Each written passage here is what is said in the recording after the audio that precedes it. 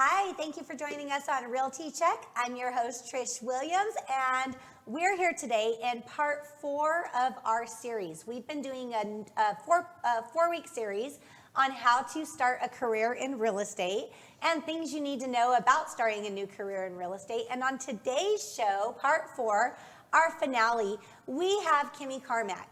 She's a student in pre-licensing classes right now, the classes that you need to take to get your real estate license, and she's going to tell us today about what to expect from those classes. And you're going to hear it firsthand by somebody that's in school, so everything's fresh in her mind right now.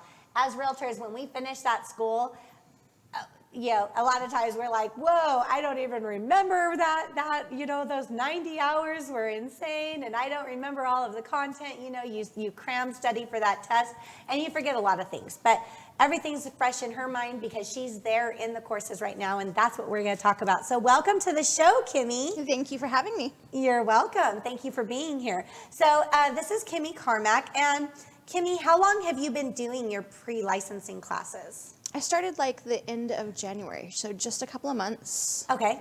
And are you doing, I assume you're not doing live in-person classes? No. Okay. You're doing them online? Yes. Okay. And do you have a schedule that you have to do it every night, or is it basically on your own schedule, like you choose the times that you go and you study and do classes at your own pace? I'm just kind of doing it at my own pace. At first, I was like, I'm going to do a chapter a day, and then I realized how hard it is and how much you have to learn, and so my goal is now to do a chapter a week. Okay, perfect. And for the people out there that are thinking of joining real estate school or working on getting their license and all of those things that they're working on, do they, if they're working a job right now and they're doing this kind of part-time, going to school and trying to take in the information and get their courses done, they could definitely work that around their schedule and their work schedule? Yes, absolutely. Okay, so you don't have to show up at 7 o'clock, basically. No. No, it's up to you. That's awesome. That's really good. That's a good resource. How long are each of the classes? And are they classes? Like, is there like an hour-long class? Or can you go in for 20 minutes and log out? Or how does that work?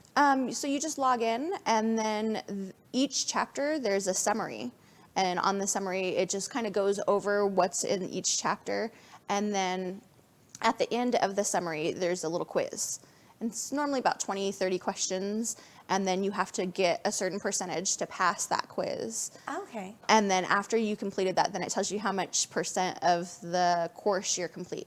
Okay, perfect. So, and that is if you were in one, I guess, chapter and you didn't finish it all in one evening, you can do part of it and then pick up where you left off the next day. Absolutely. So super flexible on your schedule. Yes. That's amazing. That's really good. Was it what you expected it to be?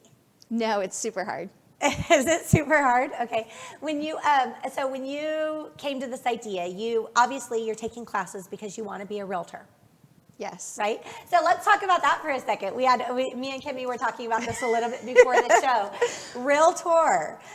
So when you go to a doctor, you don't go to a doctor, you go to a doctor. And when you get your real estate license, you sign up for the MLS or the Association of Realtors, you become a realtor, not a realtor. Just a little tip for you guys out there, because we hear that a lot. There's a lot of people out there who call it a realtor. It's realtor, right? Yes, you made me giggle when you said it. Yeah, that's so funny. So when you decided to take these courses, you said, I want to be a realtor. I want to get out there. I want to sell homes. I want to live this like crazy life that realtors live, and trust me, it is a crazy life. So you registered and you signed up for classes. Yes. So I've always been intrigued by real estate. I love house hunting. It's super fun. Yes. So I always kind of thought that I have the sales and personable skills to be able to pull this off. Yeah. And so that part's easy to me.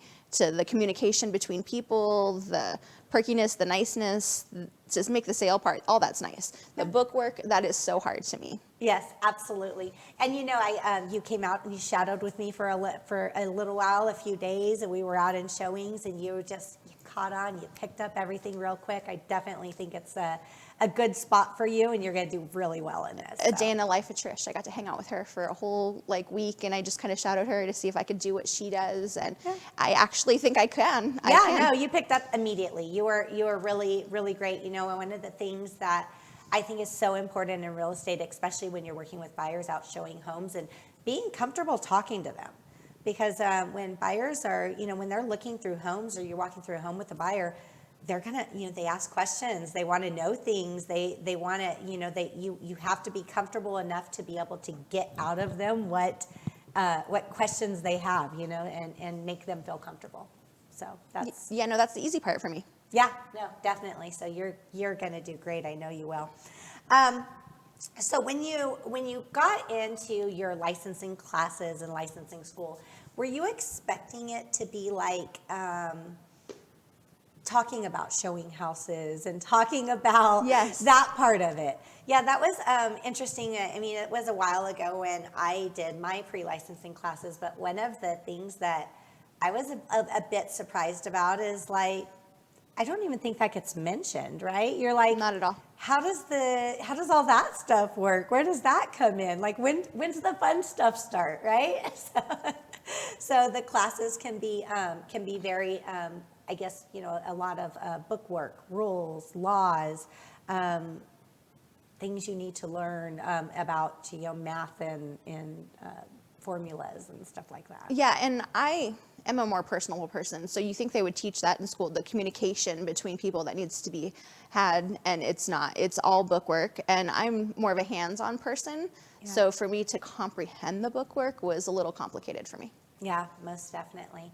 And what the chapters that you've done so far, just to let the audience know what kind of topics are discussed, what are a few of those? One was appraisals and value. The one I'm on right now is real estate math. Okay. A little stumped on that one. The formulas are super complicated. Right. And from what I hear, you don't even do that. Most of it is not. So it depends on the clients that you're working with. But, definitely if you're working with an investor, the things that you're learning like ROIs and things like that are going to apply. But if you're, a traditional home buyer, they're not looking for their, return on investment on rental income or anything like that. They're just looking at, what's the best payment? What's the best home for me? So there are some of those things. We talked a little bit about like square footage, knowing how much square footage is in an acre. That's good knowledge to have, but a lot of it is things that are going to be calculated on your, your MLS detail sheets, and you don't have to walk around every day like a human calculator. So do they let you use a calculator on the test? I don't think so. Really? Oof. I don't. Because some of the equations, do we use a calculator? Maybe there was. I think there was a calculator on the screen. Oh my gosh, I feel like it was forever ago. I don't remember. I really don't remember. So that's a good question for your instructor. I think they do let you. I know that you're not allowed to have any notes. You can't bring in any notes. Mm-hmm. They literally pat you down before you go into the test. Really? But I can't remember if they give you a calculator or not. They might. I think they do. Yeah, I think that's the hardest part for me is the calculator right now, or the real estate math and the different equations on how to figure out the answers that they want and stuff like that, because I can look at a check and tell you what 20% of that is, and I know what to tip. Yeah. But I can't look at a real estate question right now and tell you what the answer is just yet. So I need to figure that one out too. Yeah, percentages are you will learn how to calculate those in your head like nothing.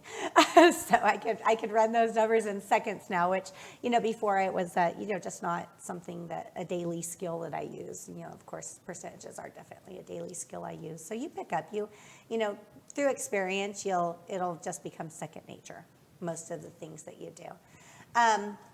So things like, real estate appraisals, your real estate appraisal chapter. Of course, that's going to be very important to know, because real estate appraisals are the formulas and the things that we do there is how we run comparables, how we give people their pricing recommendations and things on listings, make sure that we price it right. Even for buyers, before we make an offer, we want to make sure that there's a chance of it appraising. So yeah, it gets really in depth, I'm sure, in the classes, but there are, pieces of that we will apply into our daily activities. I was researching YouTube videos and trying to figure stuff out to help me comprehend better than actually like just reading the book. And a little fun tip that I found about comparables is that you don't adjust the subject property. You always adjust the comparable. Yes. And the way this man explained it was put your hands up. Okay. And so say this is the subject property and the comparable doesn't have a family room. So the comparable is down here. Right. So to get the comparable to compare it to the subject property, you need to adjust the comparable up. Yes. So Yes. I'm going to be like this in the test. That's okay. That's okay. Yeah, no, most definitely, because that helps you create the price. Find the price, find the value. Yes. So your comparable will always, your subject property will always stay solid. Absolutely. Comparables always adjust. Yeah, Yes. absolutely. When we build our CMAs, that's how we do that. How we do those calculations. So. That's a good one. That's a good one. Yeah, and that is those. And I was telling you the ROI formula.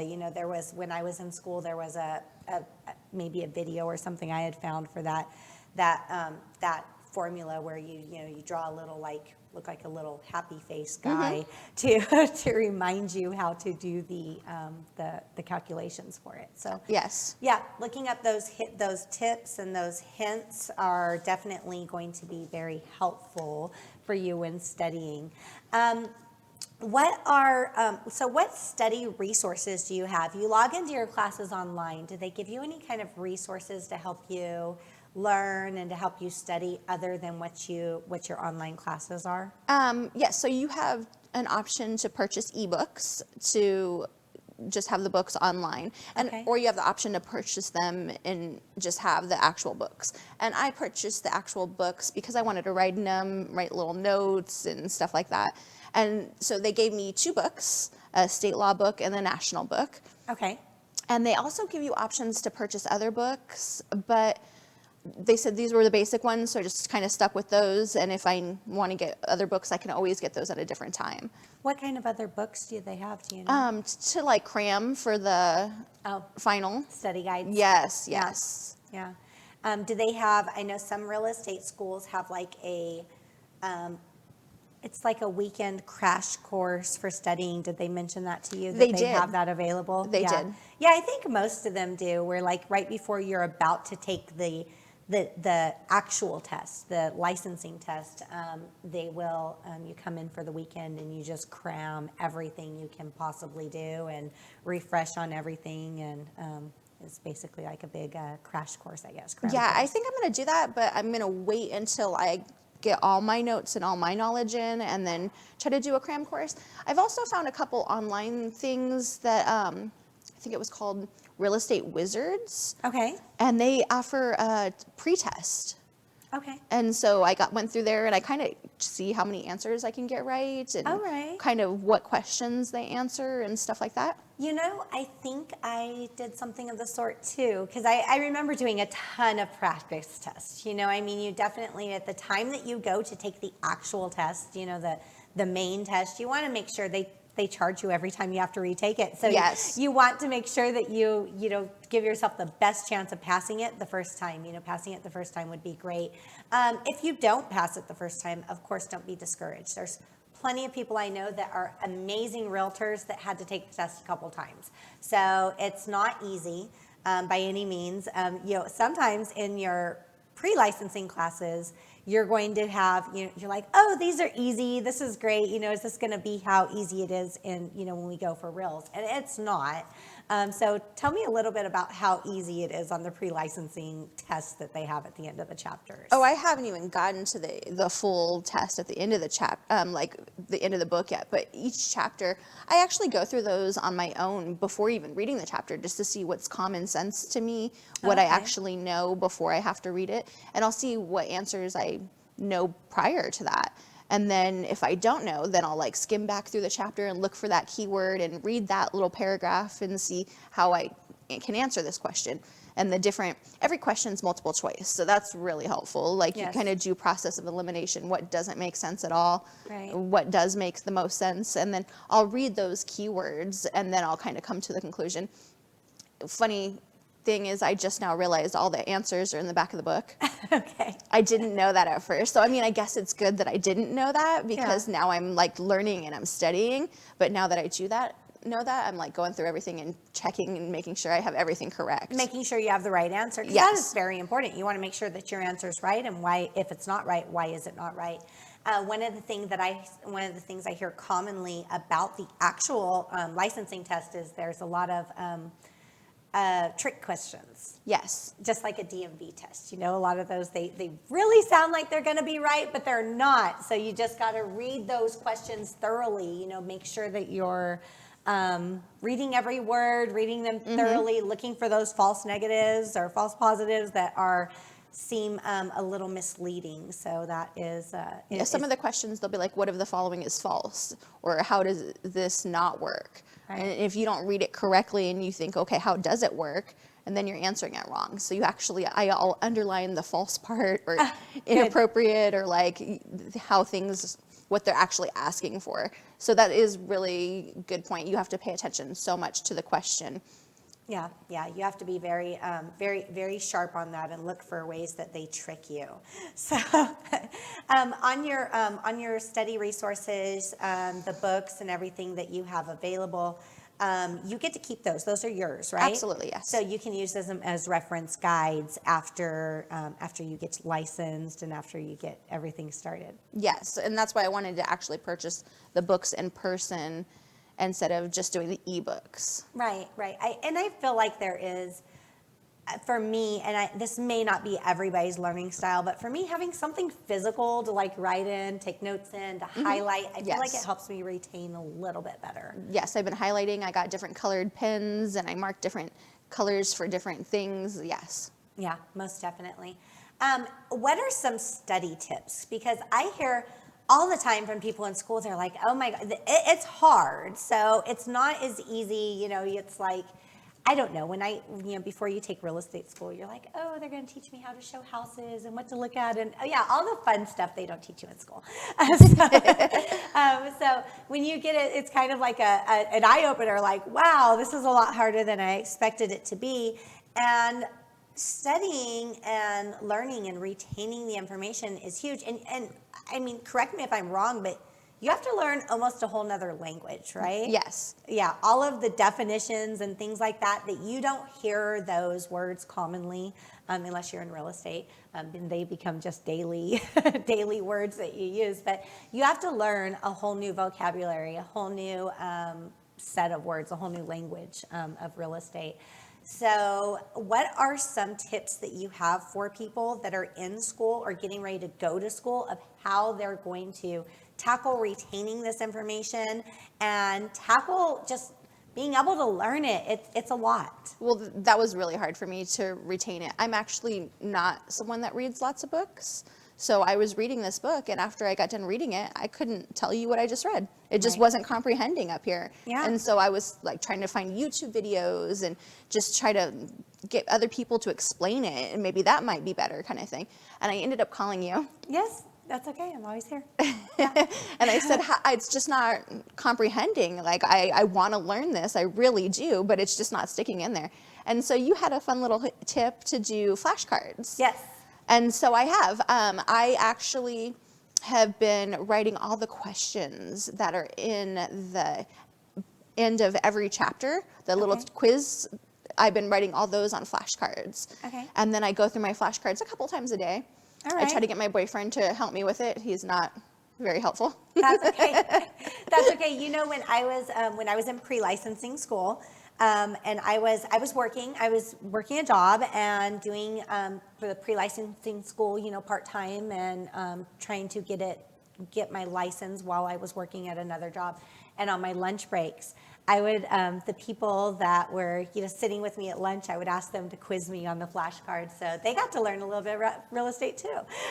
So yes, I think the flashcards are tremendously helpful. I'm actually really good at memorizing. So the flashcards are really helping me comprehend better than actually just reading it. Okay, great. And the flashcards, like, do you find these online? How do you come about these flashcards? I made them. Yes. I made them by hand. I've been writing down like crazy. And then I've also, there's a glossary in the back of the book that Okay. have all the keywords and the definitions. So I've been also making flashcards with all the keywords and the definitions so that I know what all of these words mean. Right. That is great. That's amazing. So you made these out of index cards, Yes. just like this. Kimmy actually brought her flashcards I today. did. So I am going to give you a quiz. I'm going to quiz you on these. Okay. And remember, Kimmy's in school, so if she doesn't get them, it's okay. But I think she's pretty. I think she's got these things pretty down. I am. I'm actually feeling really confident about it. Okay, good. So I'm going to go through this, and You can just pick them at random, and the answers are on the back, so cover the back. oh, okay, I will do. And we are going to go through a couple of these because this is two purposes. We're going to quiz Kimmy, see how she feels under pressure, and for you guys out there in the audience, just so you know what kind of questions that you should expect, or what kind of topics to be covered, and just actual things that you might see on that test or in those study guides. Absolutely. All right, so. I'm just coming randomly. Are these organized at all? No, like, no. do I have to? Okay. No, do your thing. All right, awesome. So, what determines if a loan is considered first or second with respect to priority? That would be A, larger amount is the first mortgage. B, the order in which the loans were funded will determine priority. C, the order in which the notes and mortgages were recorded will determine priority. Or D, the one with the higher interest rate will be the second. So the answer for that is C. C, the order in which the notes and mortgages were recorded will determine priority. Yes. So I'm going to fill you guys in a little bit about what that is talking about. So when if you have a mortgage, and you have a first and second loan, or you have, maybe you pulled out a home equity loan, or some other type of mortgage on the same property, which is common, it happens. Which one is the first? Which one is priority? And priority means which one would be supersede the other, first to be paid off, or, if in default or whatever, which one falls as priority. And it's the order in which the notes and mortgages were recorded. So whichever one was first will be the first in priority. Yes, I knew that one. Yay, good job, good job, good job, I love it. Okay, 12 individuals own an apartment complex as tenants in common. One of them, Lola, decides to liquidate her holdings. She may legally A, sell. Lola has an undivided transferable interest. B, sell. Lola can sell her interest if another owner agrees to sell also. C, not sell. Lola's interest always remains encumbered. Or D, not sell. Lola's interest includes survivorship. So the answer for that is A. Lola may sell. Yes, Lola may sell. She has an undivided transferable interest. And that's the section that talks about how to vest a property. So when you are purchasing a property, you're going to go into vesting, which is how you hold title. And the way that you hold title would determine things like this, how you are able to sell and what rights you have upon selling your interest in the property would be based upon the type of title you're holding. Good job, Kimmy. I'm very proud of you. Okay. Another one. A 15-year-old girl enters into a written agreement with a dance studio to take dance lessons. Her contract is A, valid, B, void, C, voidable, or D, unenforceable. It's C, voidable. Because Voidable. she is underage. She is underage. She is not old enough to be able to take enter into a contract. Yes. Yes, absolutely. You're doing good. I'm going to do one more for you. Are you nervous yet? No. No, you are definitely I'm confident. yes. I am sure that you are going to get this test I hope passed. so. I Yes, hope so. you're doing good. So, who is able to use a loan that is guaranteed by Veterans Administration Home Loan Program? A veteran and his spouse. B, a veteran's child. C, the general public. Or D, both A and B. It's D, both A and B. A veteran's child is able to use a veteran loan. Absolutely. Okay, that is great. So that we're talking about a VA loan. Yes. Yes. All right. Awesome. So that is those are just a preview of things that you guys can expect on those pre-licensing classes. So these flashcards, again, as Kimmy mentioned, she created all these. She wrote out these note cards. She created everything based off of the questions and the answers at the end of the book. So that's definitely a way of helping retain information. And some of those questions they have all kinds of little story figures of Kathy and Robert or Lola, and they just make all these problems for you to try to figure out. But it is really helpful that it's multiple choice. Mm-hmm. One of the answers does not make any sense at all. Yes. So yes. Absolutely. Yeah. So those are definitely multiple choice is definitely something that you can eliminate the things that are not right, and then you'll have one or two maybe that are close, and then if you read through those a couple times, you'll kind of be able to figure it out as long as you know the content. Yes, and then that's why I'm also making the glossary flashcards as well, so that I know all the content and the definitions of what all these words that they're asking for, the definitions. Absolutely, absolutely, and that's really good too, because you do, like I said, have to learn a whole new language. If you were someone out there's watching today, about to start school, about to start their pre-licensing classes, and about to get going, is there any, I guess, immediate tips from your experience so far that you would tell them to be prepared or be ready for before they get started? There is a lot of reading, Yeah. a lot. And then if you're going to make the flashcards or write notes or anything like that, there's also a lot of writing, a lot. So I would definitely say just take your time and memorize, and maybe purposely set aside time. Like I said, I'm doing a chapter a week right now, so that's my goal. And I've been able to uphold my goal this whole time. Yeah, that's great. And I think it's very important to set aside a time for it. So it's a scheduled time or appointment that you have with yourself to make sure that it's done. And I also think it's important to have a separate notebook, like a designated notebook just for this. You're going to need to take notes. You are really, I don't think that it's going to be, I just don't think it's possible for somebody to do it without taking notes, without writing things down to be able to get through this. It is not something to take lightly. There's definitely a lot of serious content in it, and it's all for a reason. There's things that we need to know. We have when we're realtors, we're working with the people's biggest investment at many times, people's biggest purchase or sell, and nothing to take lightly. It's there's a lot that a realtor is responsible for, and I'm sure you're learning that as well, right? Yes, I didn't realize how I love house hunting, so I just thought, oh, it's so super fun. Yeah. But no, you're right. This is the person's probably the biggest sale they've ever made in their life, and it's not just a sale paid in full. Sometimes it's a 30-year loan. This is time consuming. It's really big deal. It is a really big deal, and it's people's. The way I like to see it is it's like people's whole. Life, their family life, their home life is, they're putting it in our hands. It's a big deal. There's a lot for us to, you definitely have to handle the whole situation with care. And did you get to that part yet where it's care, obedience, all of those? Yes. And a trick for that was to remember the answer is cold AC. Cold AC, and cold AC stands for? I don't know.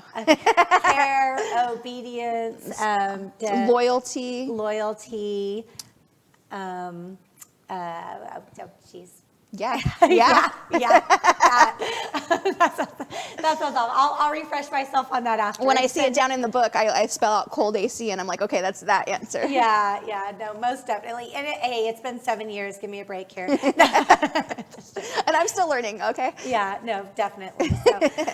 So yeah, again, it's those things that you have to know on that test. It becomes second nature. It's when we're in the business, the residential disclosure guide, that's one of the parts that I don't know if you've got to that part yet, or you will get to that part of there's a 32-page guide that we give to our clients, and we got to know what, all 32 of those pages mean and what it says and be able to explain it to somebody else. And those are just things that we, you got to know, you have to know. So it's a lot. It's a lot, but don't worry. Don't let it scare you away. You will definitely, you learn and you absorb the information as you go along. Yeah. At first I was like, what did I get myself into? But no, now I'm like, I really want to learn this. So Yeah. And I think you'll do great. So I had another friend that was going through the pre-licensing classes, and while she was in the classes, and even she didn't pass the test the first couple times, she was like, I think I signed up for something I shouldn't do. And I was like, no, I really think you have it in you. Get through this part and you won't regret it. Once it's done, you'll learn. Don't worry. Like, you will learn, because she struggled really a lot with the classes and with the test. Yes. I think it took her 3 times to pass the test. Yeah, no, I do. So, I foresee it being really hard. Yeah, and she struggled. She almost gave up, and I really, I knew her, and I know what's needed, and I was like, you got this. Just keep on trying. Don't give up. And she's doing really well, like really well in real estate right now. She's she's one of the top agents in her company, and she's flourishing. She's doing very well. She's absorbed the information. I mean, now she can just rattle it off to me, like she knows it like the back of her hand.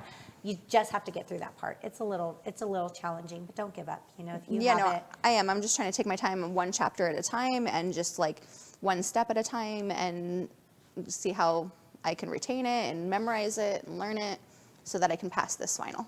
Yeah, you'll pass it.